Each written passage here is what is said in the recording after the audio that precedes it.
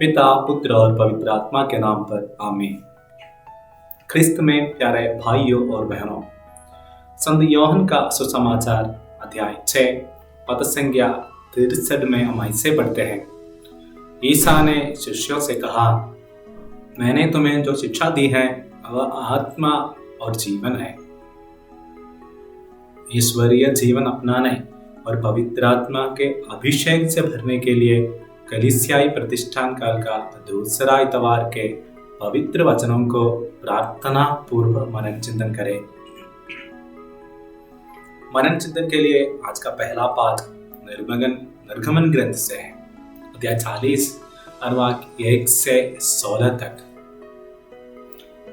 यहाँ पे ईश्वर का शाश्वत उपस्थिति का दर्शन कक्षा या निवास की स्थापना कैसे करना है, इसके बारे में ईश्वर मूसा को समझाते हैं। प्रभु मूसा को स्पष्ट रूप से समझाते हैं कि किस प्रकार दर्शन कक्षा का स्थापना करना है, विलेपन और अभिषेक करना है, ताकि वह परम पवित्र हो जाए।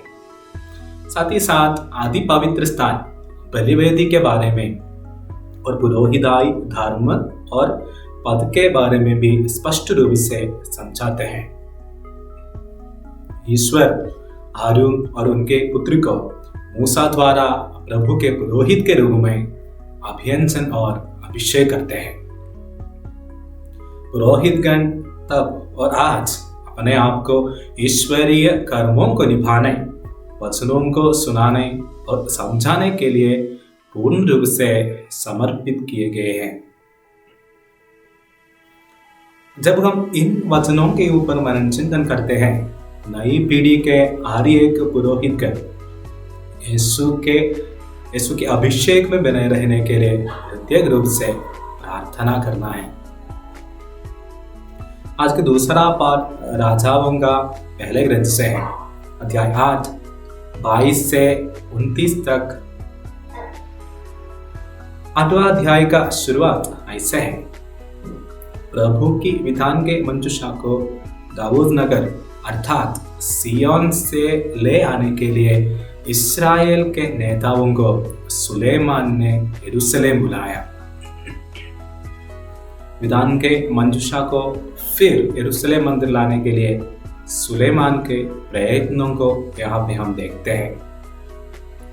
विधान के मंजूषा के प्रतिष्ठान के बाद सुलेमान का प्रार्थना है। सुलेमान आकाश की ओर हाथ उड़ाकर प्रार्थना की, इस्राएल के ईश्वर, पूर्ण हृदय से आपके उपस्थिति में रहने वाले दासों के विधान का पालन करने और अपने अनंत प्रेम उनके ऊपर फैलाने वाले आप जैसे ना कोई ऊपर है ना इस धरती पे। पूर्ण हृदय और आत्मा से प्रभु से जुड़े रहने वाले लोगों के जीवन में प्रभु अपने वाग्दान और प्रतिज्ञा पूरा करेंगे और ईश्वरीय प्रेम का अग्नि बरसाने वालों के रूप में प्रकट होंगे। यही विश्वास के साथ सुलेमान ईश्वर से प्रार्थना की। हम आगे देखते हैं। सुलेमान का प्रार्थना में एक सुंदर सा वर्णन है। तू वही है जिसने अपने होठों से जो कहा उसे अपने कर्मों से पूरा किया। सच्चाई यह है कि प्रभु हमेशा वैसे ही है। विश्वस्तता पूर्व अपने उपस्थिति में रहने वाले लोगों के लिए होठों से कहे गए वचनों को, प्रतिज्ञा को कर्म में बदल डालेंगे। हमारा जीवन में भी प्रभु के प्रतिज्ञा का अनुभव होने के लिए हम प्रार्थना करें। आज का तीसरा पाठ इब्रानियों के पत्र से है, अध्याय 8 पद संख्या 1 से 6 तक। यहाँ पे वचन कहते हैं, पुराना विधान का बलि पाप के दाग को हटाने वाले नहीं थे, लेकिन नया विधान के मध्यस्थ ईसा अपने आप को पूर्ण रूप से समर्पित करके बलि चढ़ाया। इसे मानव का रक्षा संभव हुआ। अपने आप को बलि चढ़ाने वाले प्रभु यीशु के पवित्र रूह से हमें पवित्र कराने और हम पर पवित्र लहू का मोहर लगाने के लिए आशा और प्रार्थना करें। आज का सुसमाचार है संत मत्ती के अनुसार पवित्र सुसमाचार अध्याय 12 अनुवाक 1 से 13 तक। यहाँ हम देखते हैं ईसा को पकड़वाने के लिए उसका विरोधी लोग मौका खोजते रहते हैं।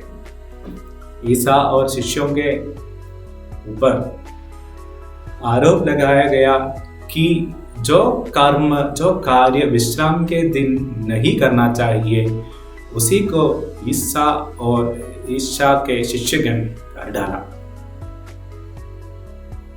विश्राम दिन के नियम के बारे में आपस में बहस चल रहे हैं। ईसा फरीसी और शास्त्रियों से कहते हैं, मनुष्य नियम से कहीं अधिक मूल्यवान है। नियम के संरक्षण के लिए मनुष्य को शिकार नहीं बनाना चाहिए, उल्टा नियम ऐसे बनाना है कि वह मनुष्य का सम्मान किया जा सके। मनुष्य को सम्मान करने के लिए ईसा नियम को अलग रखा, दूर रखा। ईसा अपने शिष्यों को समर्थन करने के कारण दूसरों के लिए विरोध का पात्र बन गया। फरीसी और शास्त्री विश्राम के नियम को ऐसे मानते थे कि नियम ही सब कुछ है, नियम ही ईश्वर है। ईश्वर के बराबर नियम को समझा। इसलिए संत मत्ती के सुसमाचार अध्याय 23 पद संज्ञा 4 में हम ऐसे पढ़ते हैं और वचन हमसे कहते हैं, फरीसी और शास्त्री नियम को भारी बोझ बांधकर लोगों के कंधों पर लाद देते हैं, परंतु स्वयं उंगली से भी उन्हें उठाना नहीं चाहता। नियम के नाम पर प्रेम और करुणा बलि चढ़ाया गया। ईसा नियम को ईश्वर के मनपसंद के रूप में समझाने की कोशिश की। नियम को ही ईश्वर के रूप में मानने वाले लोगों के बीच खड़े रहकर सच्चा धर्म करुणा और प्रेम है, यही बात को सिखाया ईसा मसीह ने।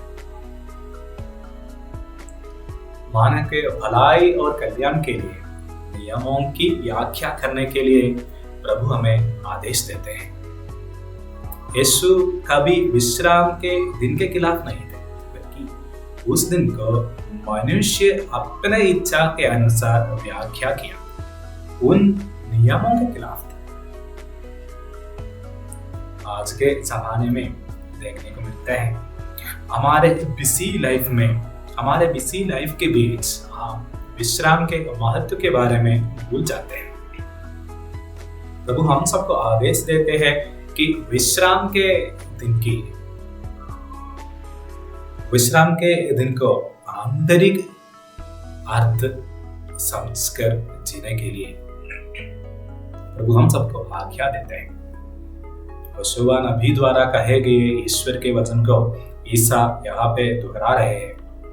मैं बलिदान की अपेक्षा प्रेम और होम की अपेक्षा ईश्वर की ज्ञान चाहता हूँ। ईश्वर ही चाहता है कि तुम करुणा का संचालक बनो। केवल नियम को ही चाहने वाले अपूर्णता का रास्ता अपनाता है। दयालुता मनुष्य को पूर्णता का राह दिखाता है। यीशु हमें यही सिखाता है कि अपने स्वर्गीय पिता जैसे दयालु बनो। जब कोई दयालुता छोड़ देते हैं तब उसके जिंदगी से मानवता नष्ट हो जाते हैं। यीशु अपने कर्म को धार्मिकता में व्याख्या करते हैं। यहाँ पे धार्मिकता यही है, विश्राम के दिन भलाई करना उचित है। निकम्मा के तरफ बैठने से कई बेहतर है भलाई कर डालना। पहले नियम के मुताबिक भलाई करने के लिए विश्राम के दिन में बहुत सारे रुकावट थे, लेकिन यीशु हमें कहते हैं ऐसे कोई रुकावट तुम्हारे बीच नहीं आना चाहिए। यूहन्ना के सुसमाचार अध्याय 5 अनुवाक 17 मेरे पिता अब तक काम कर रहे हैं और मैं भी काम कर रहा हूँ। सदैव भलाई चाहने वाले ईश्वर के पुत्र या पुत्री के रूप में विश्राम दिन में हम भलाई करने के लिए यीशु हमें आज्ञा देते हैं। जब भलाई करने का मौका मिलता है तब उसे कर्म में बदल डालने के लिए कोशिश करने के लिए यीशु हमें आमंत्रित करते हैं। यही है ईश्वर की इच्छा। यही प्रार्थना हम सब करना चाहिए। विशेषकर इसके लिए प्रार्थना करें कि भलाई करने में हमारा सामने कोई रुकावट कभी नहीं आए। प्रभु की कृपा सदैव आपके साथ हो। आमीन।